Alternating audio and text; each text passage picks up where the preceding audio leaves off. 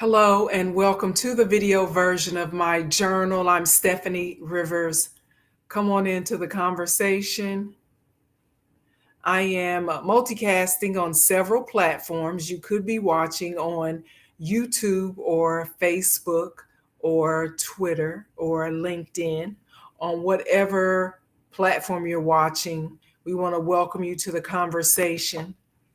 If you are new, we want to welcome you. And I know you're going to hear something that you want to share. So be sure to like, share, and subscribe so that when I post new videos, you'll be the first to know. And if you are returning to the conversation, we want to welcome you back. I want to thank you to my growing list of subscribers. So, what are we talking about today? We're talking about the fact that last week was National Police Week in the United States. Local law enforcement departments celebrated people in law enforcement around the country, including all the alphabet boys and girls, celebrating the FBI, CIA, and the Department of Justice. But while some people applauded the alphabet boys and girls, others in Congress are talking about reducing the budget of the Department of Justice. Now, that means reducing the budget of the FBI and the CIA. Now, that trickles down to less money for state and local law enforcement. In other words, they want to defund the police. It's what some of us have been proposing for years.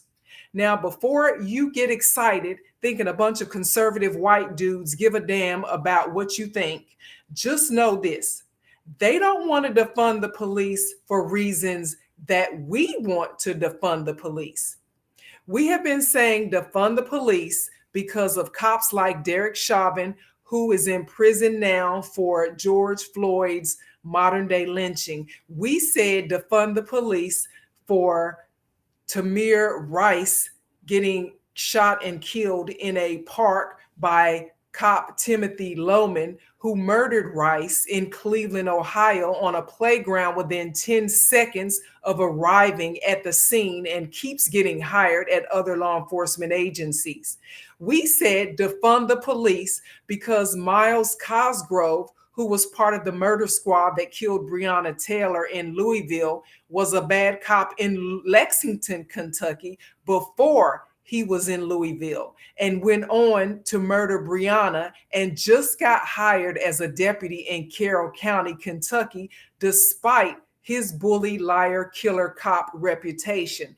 We said defund the police because of cops like Amber Geiger in Dallas, Texas, who walked in on Botham Jean in his own home and murdered him for no reason, but continues to try to get out of her measly 10-year prison sentence. We said defund the police because even when cops such as Kim Potter in Minnesota, who murdered Dante Wright, and crooked cop Jason Van Dyke in Chicago, who shot Laquan McDonald 16 times, got convicted and were sentenced to prison, they never served their full sentences. They always get out early because they really DGAF about what we think. The conviction was just for optics. No, Republicans, members of Congress, they want to defund the police because they don't like that the FBI investigated Donald Trump's presidential campaign for his alleged association with Russia to influence the 2016 election. That's why they want to defund the police. It's all about Donald Trump, the man who claimed to be tough on crime until his criminal behavior became the focus. Now they want to defund the police. If you haven't already, be sure to like, share, and subscribe so that when I post new videos, you'll be the first to know. So some of these Congress people are clowns in business suits, and it doesn't take a rocket scientist to see it. But apparently it takes the courage of a Black woman in Congress to call them out on it. I'm going to show you two videos. One is a video of Congresswoman Stacey Plaskett. She represents the U.S. Virgin Islands at large congressional district. Here's what she had to say about the Republicans who want to defund the police.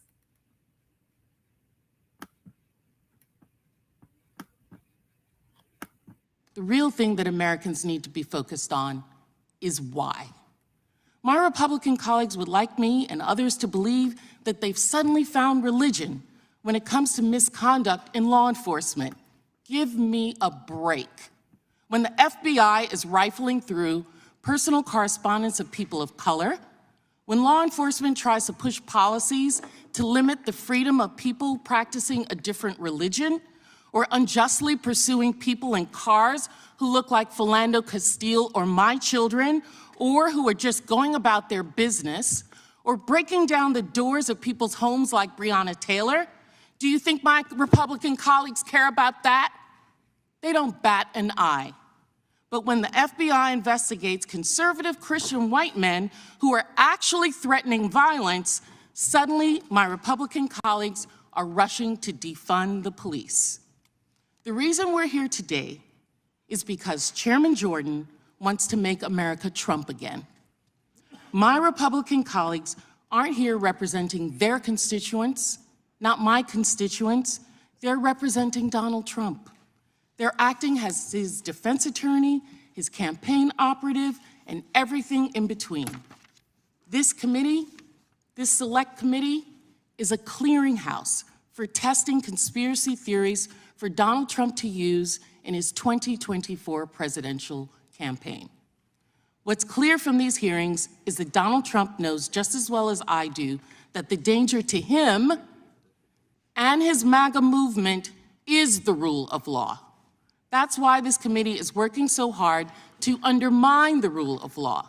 That's why Donald Trump asked Jordan and others on this committee to waste our time and taxpayer money, asked the Speaker of the House to attack the Manhattan District Attorney, Alvin Bragg, for having the audacity to indict the former president on 34 counts of fraud.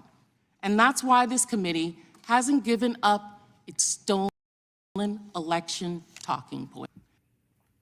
That was Congresswoman at Large, Ms. Stacey Plaskett, representing the U.S. Virgin Islands.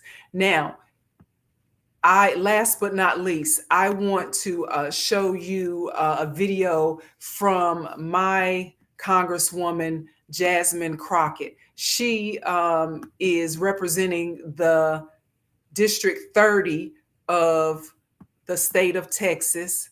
And I met Jasmine a couple of months ago when she was running for Congress. And I'll talk to you after I show you the video about what our conversation was.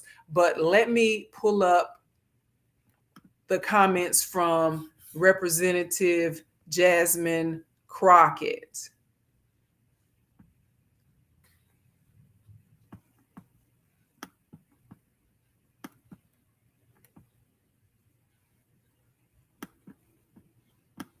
My Republican colleagues want to talk about keeping DC streets crime-free. They can't even keep the halls of Congress crime-free, because we gonna talk about this, because I got 24 seconds. My freshman colleague has just been indicted on 13 felony counts, right? But have they exhibited any courage to say, you know what, we will disallow this in our body. We will make sure that we expel this individual. They have not. So what I don't want to hear is that they care about crime, because if they did, they would start by cleaning up our own house and mind our own business instead of coming after DC. So thank you so much for your time. Thank you, My Republican colleagues want to talk about keeping DC streets crime-free. So essentially, like I said, it seems like it takes the courage of a Black woman to call out clowns in suits, the buffoonery that's going on in Congress, because for years, these people sit up here and they say one thing, but they do something else. They say, no, we want to support local law enforcement and the Department of Justice. But as soon as the Department of Justice starts focusing on what white people are doing to break the law, namely Donald Trump and the January 6th insurrection, now all of a sudden, oh, we need to defund the police. It's just a clown show. So a couple of months ago, when Ms. Crockett was running for her congressional seat, I met her in the parking lot of the library where I go to vote. I had already voted. I tried to early vote, but I was there because the Kroger's is in the same parking lot. Anyway, she saw me and, asked me had I voted. And my conversation with her was along the lines of, people, I understand why it's hard to get people to go vote, why it's hard to get people to care, because y'all look good, y'all sound good, you smell good when you want our vote. But when you go up to DC, or when you go up to Austin, if you're in Texas, as a state legislator, then all of a sudden things change, and you don't say what you like your mama said, go where you say and say where you going. When you get up there, you don't say what you said you was going to say, and you don't do what you said you was going to do. And so it's hard for people to over and over keep supporting and going and voting and all of this when y'all don't do what you said you was going to do, and do what you said you was going to do. And essentially, she, just confirmed and affirmed that she was about business. And so that's not to say that I am going to agree with everything that Miss Jasmine Crockett, Congresswoman Jasmine Crockett says all the time. But it gives me comfort to know that she is willing to stand out as a freshman Congresswoman. She's willing to stand up and stand out and say, y'all are some clowns up in here, and call BS when she sees BS, because that is, people gonna treat you the way you allow them to treat you. And if they see that you are just satisfied with getting elected and you're just gonna stand over there in the corner and wait your turn and not say anything, then they think, okay, so we don't have to worry about her, or we don't have to worry about him. But when you are willing to take your 40 seconds or a minute and a half, like Miss Plaskett, or your 30, 45 seconds, like Congressman Crockett, and say what needs to be said, then they will know that you're not the type of person to be fooled with, or you're not just going to take any old assignment and any old excuse for what's being put out there as doing business. And so I just want y'all to know, when you look at these, what's going on around the country, and right now this past week, with the Republicans wanting to defund the police, just like when people tell you, oh, I love you, you got to ask yourself and ask them, why you love me so much? Now, all of a sudden, y'all haven't been saying defund the police. Y'all been so pro law enforcement. Now, all of a sudden, you want to defund the police. Why is that? That's because the spotlight is on white people. And now all of a sudden they trying to defund the police. So that's why it's also important for you to keep up with what's going on in your local jurisdiction and with your congressperson. And if they end up getting voted to represent your district, and they end up doing stuff they said they weren't and saying stuff they said they weren't, it disagrees with why you sent them there, then hold them to be accountable for that, and be willing to put them out of office if need be. And that's it. That's all I got for you. To find out more about the things that I care about, you can go to the written version of my journal. That's at eurweb.com. Thank you, and have a super day.